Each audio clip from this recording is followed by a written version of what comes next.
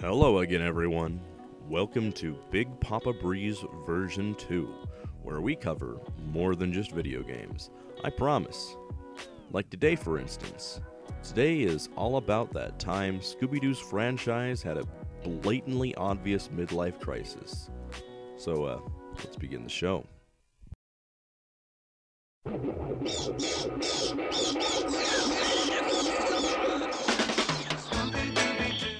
Scooby-Doo. What can honestly be said that hasn't already been made aware of one of Hanna-Barbera's biggest cash cows? Set to begin its 13th incarnation this year, Scooby-Doo is still pulling weight 50 years later. Much more than the Jetsons, at least, to whom the first draft of this was about. But to be fair, Scooby-Doo did go away for a while.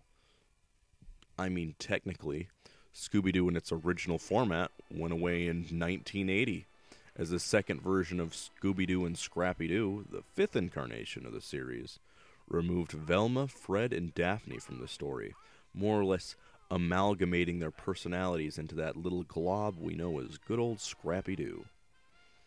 Between the fifth incarnation and the seventh incarnation, they righted a lot of these wrongs along the way.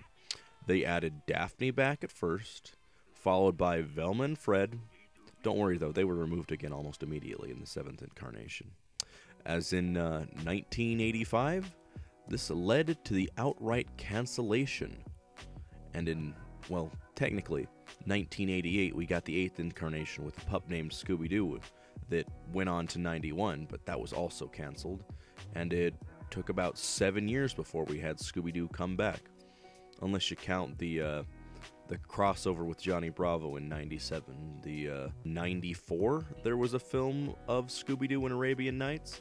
But to be fair, that's false advertising, because it's a story about Yogi Bear and Magilla Gorilla, and they're just the wraparounds. And I guess we did get that pretty sweet video game in 95. But this is not the point. This is a tangent. What's important is the years 85 to 88, which I believe is the midlife crisis. Yeah, buddy, it only took 2 pages to get to the actual topic, but we're here, so let's rock. So, why do I refer to this as the midlife crisis? Well, that's simple. Don't worry, I'll overcomplicate it, though. Don't worry.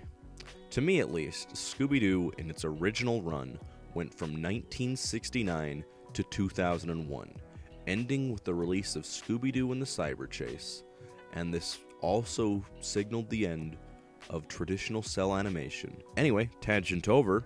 If the original age Scooby-Doo went from 69 to 2001, halfway is 1985, aka the 13 Ghosts of Scooby-Doo.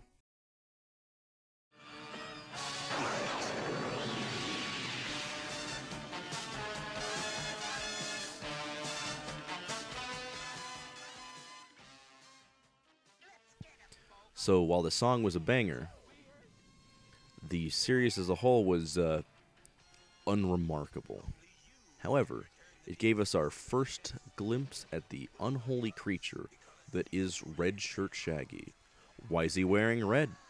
Paint costs? Parallel universe? Who knows? All I can tell you is Red Shirt Shaggy, who existed between 85 and 88, my goodness, is so much better than his green shirt counterpart. But, I'll get to him later. Now to the meat of the topic. The trilogy of movies that showed the true reason I call this a midlife crisis, as it gets really weird here. We started off in October 18th, 1987, where we were blessed with the perfect train wreck known as Scooby-Doo and the Boo Brothers. I'll scare you, Scooby-Doo, and Shaggy too before I'm through. That's what I'll do. Immediately noticeable is that the cast is comprised of Scooby, for laughs, Scrappy, to move the plot forward, and Shaggy, who's painfully aware of his situation and decides to rebel with bouts of sass and passive aggression. Yeah, it's a riot, okay? And the riot's over. Out! Out! Yeah, I'm serious. This movie's just full of this. Running just over an hour and a half, this is definitely my favorite Scooby-Doo movie, right up there with Witches Ghosts, which is an actually good movie. So this Treasure was the second part of the 10 movies made as part of the Hanna-Barbera Superstars 10 series.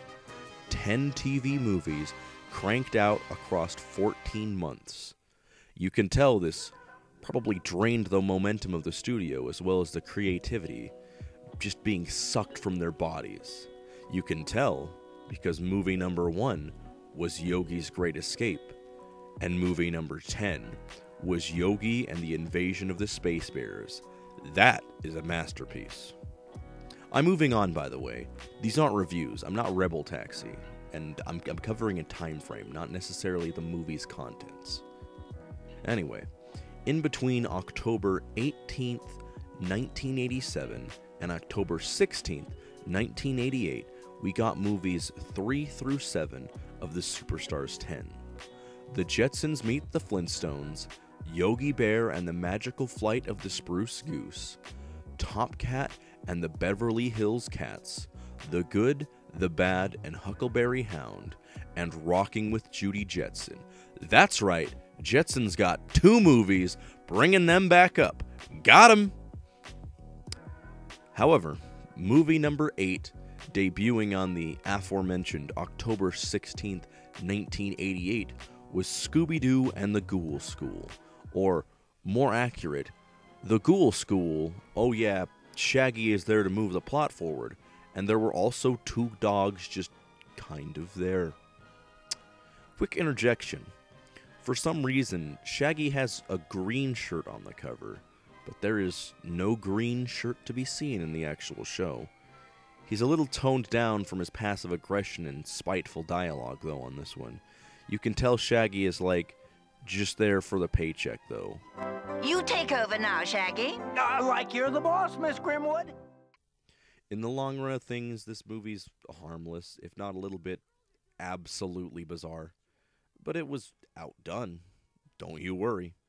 As less than a month later, movie number 9, we had on November 13th, Scooby-Doo and the Reluctant Werewolf bestowed upon us that day. Party time for ghosts and spooks. Honestly, this movie is just incredible. Sometimes I still struggle to believe that his existence is real. You know how in, The Great Muppet Caper, Kermit comes up to the camera at the very beginning credits and says, "I know I'm Kermit and all, but I'm playing this character. I'm not Kermit in this one." It's like that, but they don't just say it. You gotta figure that out. For some reason, Shaggy is a pro buggy driver and has a girlfriend that he treats like an absolute thought. Gee, Shaggy, look at that moon.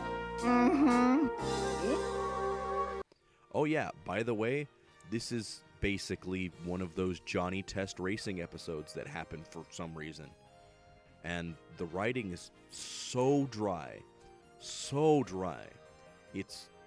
It's a masterpiece, frankly.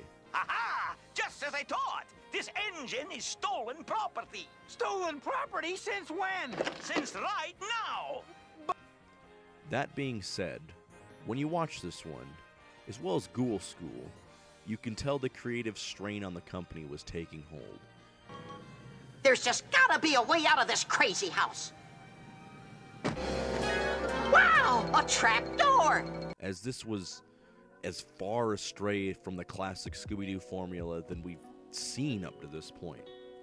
This was also the last appearance of Scrappy-Doo as part of the gang, signifying the acceptance that the character that once unironically actually saved the series from cancellation 10 years earlier couldn't be used as a crutch anymore.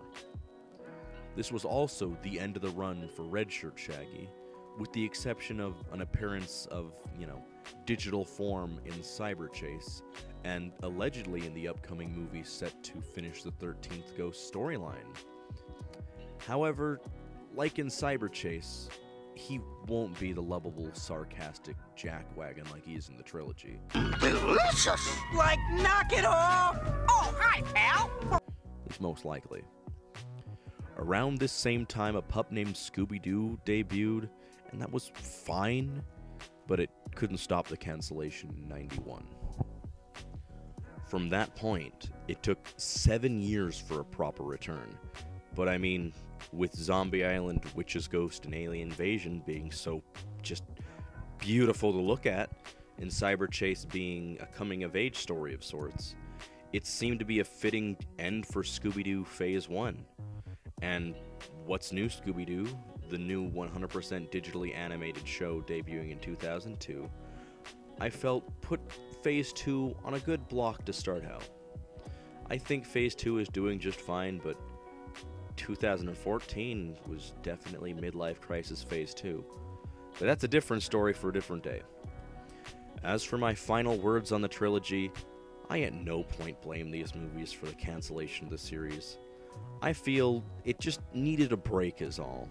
And looking back, I think going into it, that was probably the best thing that could have happened.